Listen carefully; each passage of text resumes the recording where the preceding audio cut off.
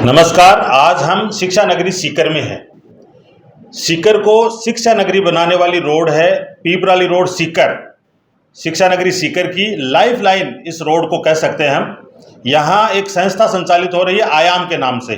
पूनम में से हम जानेंगे कि आयाम क्या है, नीट के अलावा स्टूडेंट्स करियर में और क्या क्या कर सकते हैं, 12th बाद क्या विकल्प हो सकते हैं, 10th के बाद क्या विकल्प हो सकते हैं, और राजस्थान की जो यूनिवर्सिटीज़ हैं, जो परंपरागत यूनिवर्सिटीज़ हैं, उसके अलावा कहाँ हायर एजुकेशन के लिए स्टूडेंट अध्ययन कर सकता है। इन सारी बातों पर हम बात करेंगे। आप बने रहिए हमारे साथ।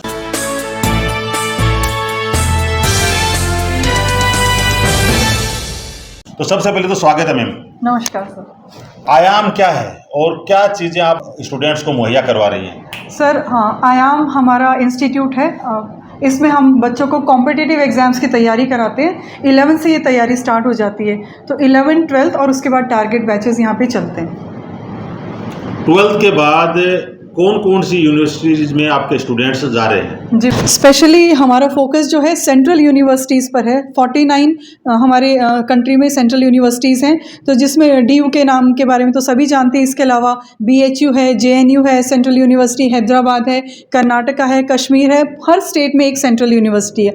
मेरा ये मानना है और हमारी पूरी टीम का ये मानना है कि बच्चे का जो ग्रेजुएशन का जो पार्ट होता है वो बहुत इंपॉर्टेंट होता है उनकी लाइफ को लेकर।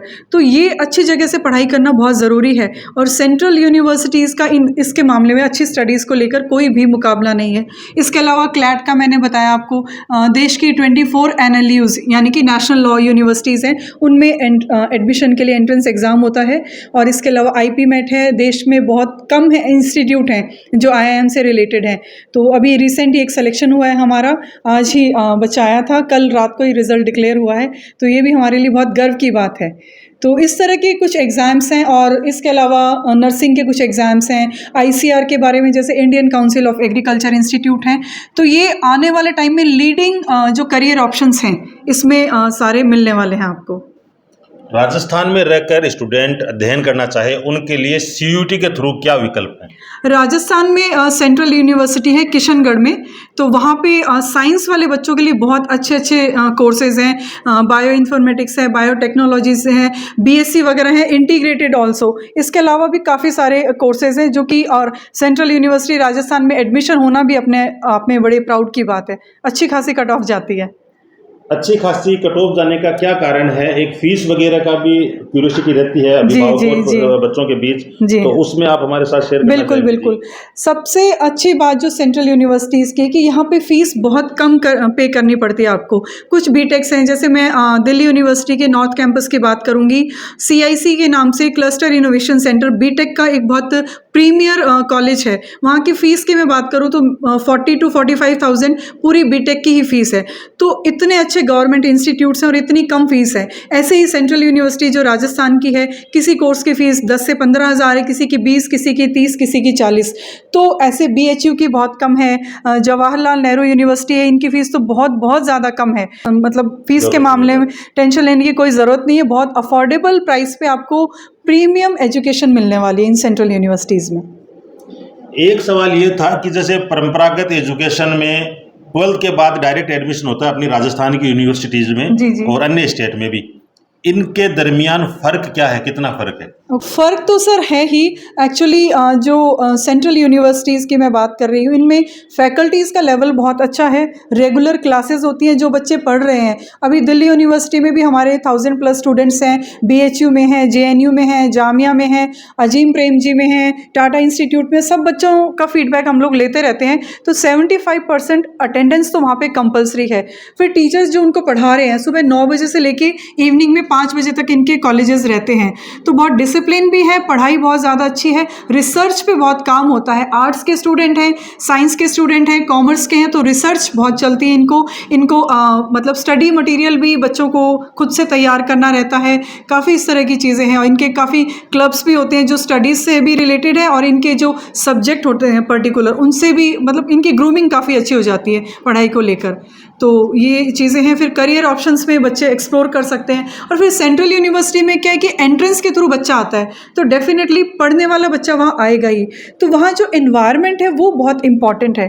कोई बच्चा यूपीएससी की तैयारी कर रहा है, कोई बच्चा असिस्टेंट प्रोफेसर की तैयारी कर रहे हैं, कोई रिसर्च पेपर लिख रहा है, तो इस तरह की डिफरेंट चीज़ें हैं। तो अगर कोई एक नॉर्मल बच्चा जाता है तो इन्वायरमेंट तो सर बहुत मैटर करता ही है आपके व्यक्तित्व को निखारने में। तो पढ़ाई के साथ साथ आपका व्यक्तित्व भी अच्छा खासा निखर जाता है।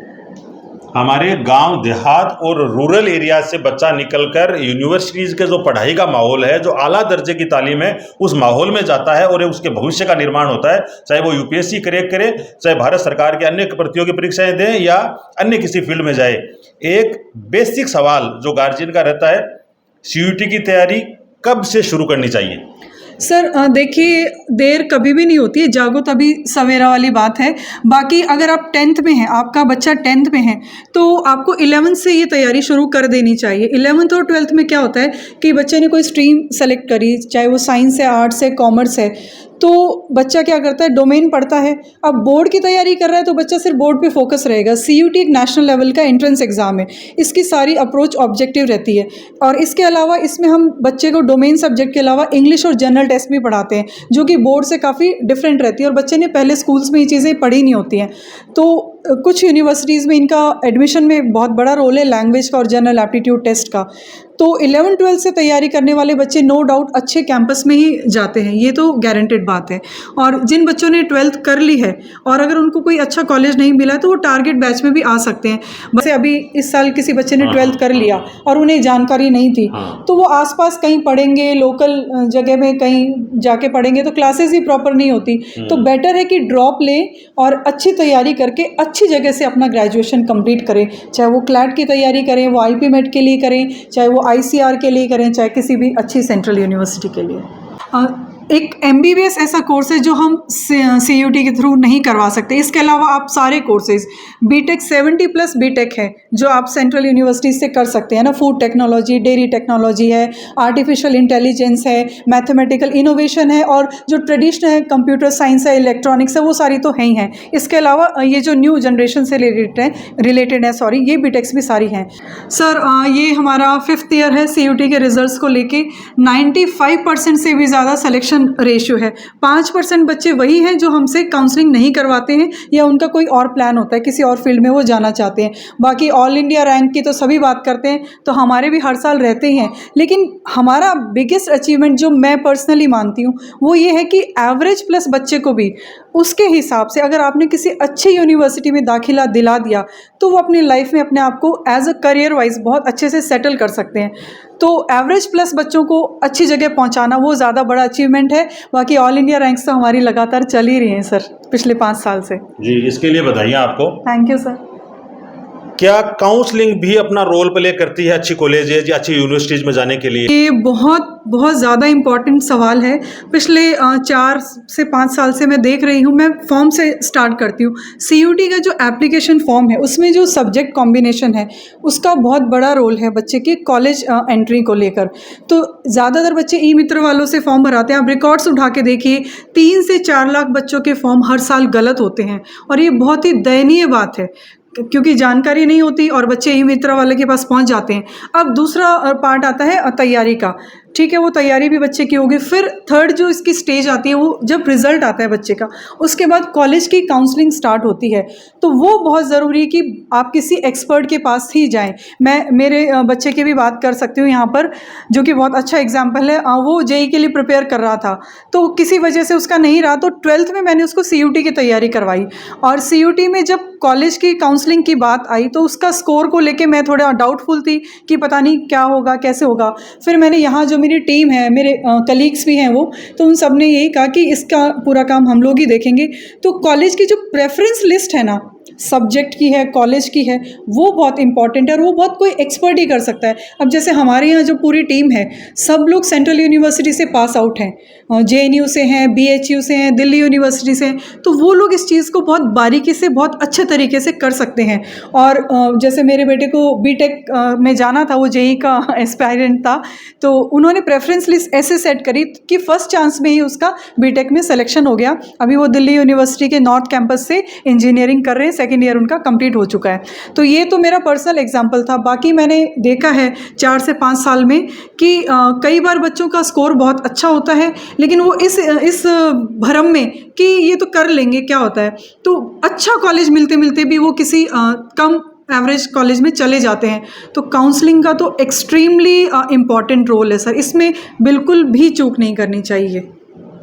और सबसे बड़ा रोल इसमें काउंसलर का इसलिए भी होता है कि उनके पास सारी कॉलेजेस यूनिवर्सिटीज का फीडबैक होता है बिल्कुल बिल्कुल कि सर। कौन सी बेस्ट वो है। पढ़े हैं सर वहाँ खुद, हाँ, तो ऑब्वियसली पढ़े भी होने हैं हाँ। और पढ़ने वालों के संपर्क में भी बिल्कुल, है, हम connectivity है अभी मैंने आपको बताया ना 5 साल हो गए, तो हम बच्चों से कनेक्टेड हैं। बच्चे अभी काउंसलिंग का जब हमारा सेशन स्टार्ट होता है तो हर साल 2 से 4 बच्चे आते भी हैं। हमारा पूरा डिस्कशन रहता है कि किस कॉलेज का रैंक अपग्रेड हुआ है, क्या वहाँ पे सब्जेक्ट प्रॉपर चल रहा है, तो वो हम पूरा डिस्कस करके ही सारी प्रेफरेंस लिस्ट तैयार करते हैं। उस हिसाब से ही बच्चे की 1-on-1 काउंसलिंग होती है।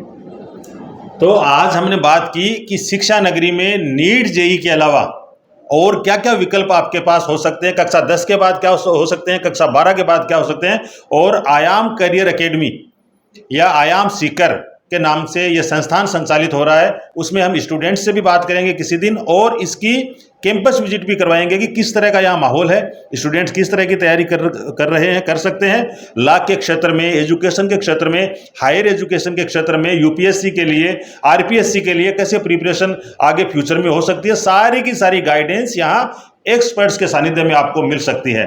बोलता राजस्थान देख रहे थे आप, फिर मुलाकात होती है, तब तक टीम बोलता राजस्थान को दीजिए इजाज़त। जय हिंद।